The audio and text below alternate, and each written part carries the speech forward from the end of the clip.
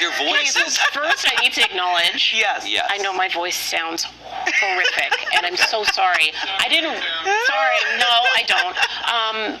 And I didn't realize this. You know when you don't realize until you start talking and you're like, okay, what is happening here? Yeah, so I got hit with a virus. Throat doesn't hurt at all anymore. I feel much better. But this, it's just bear with me. Yeah, it's there. It's fading a bit. Like, it's like you talk for a certain amount of time and it's then all of a sudden it's like, meow. It's kind of like you're going through puberty a little bit too. A little bit of puberty. It's like 13-year-old boy mixed with sick adult. And my apologies for that. We're going to do our best. We'll have some fun today. We'll have some fun. Yeah, it's Monday. Speaking of puberty, going back to school and school projects. School projects. Okay, so this is now an adult school project, aka the work project that you got to do. Someone wrote into the New York Post advice column because their colleagues stole their project from them pretty much. Stole the thunder. So the person wrote, my coworker and I worked on a project that I did most of the work. When we presented it to the team, he put his name first on the title page, took over the presentation. My boss now thinks he led this project. That's unfair and untrue. Should I say something to the boss and my coworker?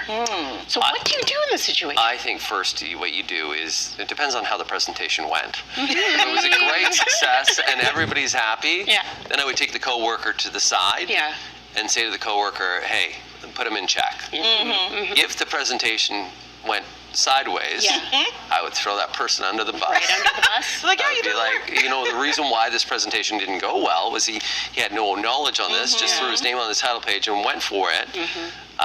That's the issue. Group, you always have to work in a group. You're always going to have more power in the groups in terms of whether it's school or in workplace, but there are different elements that people can work well together and others can't, and there's always somebody that will do the bulk of the work, and there are some people out there that want to do that, and there's other people that want to lead and speak. Yeah, absolutely. I feel like it just depends on the dynamics, but I agree with you, Frank, that I feel like you have to kind of just take that person aside, whether it goes well or not, and be like, hey, listen. If it doesn't go well, I'm throwing them under the bus. Well, yes, throw them under the bus, but hey, listen, you clearly, I helped a lot here, and by helped, I mean I did most of the work, and it didn't go well because, you didn't know what you were talking about, and I feel like you need to, kind of put that person in check. Yeah, I feel like especially if it goes well, that's when you have to be like, okay, everyone needs to know that I did the bulk of this work. I was not a fan of group projects. I don't know about you when you were in school, but it was for this reason, because there was always somebody who wanted to do the bulk of the work, wanted to do it far ahead of time as well. Wanted to control it all. Right, they wanted to control it all. You were the controller, and I was not. I was the listen, man, you tell me what you need me to do. Me my I will do it and make sure that there's that person who just doesn't want to do anything.